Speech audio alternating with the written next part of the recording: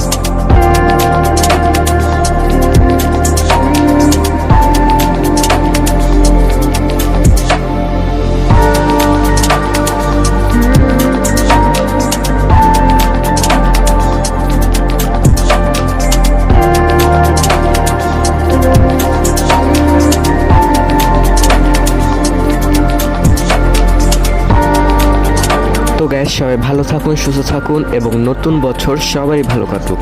তো গাইস, আজকের জন্য ভিডিওটা এতটুকু পর্যন্তই। যদি ভালো লাগে তাহলে অবশ্যই কমেন্টে জানাতে ভুলবেন না এবং বাই বাই।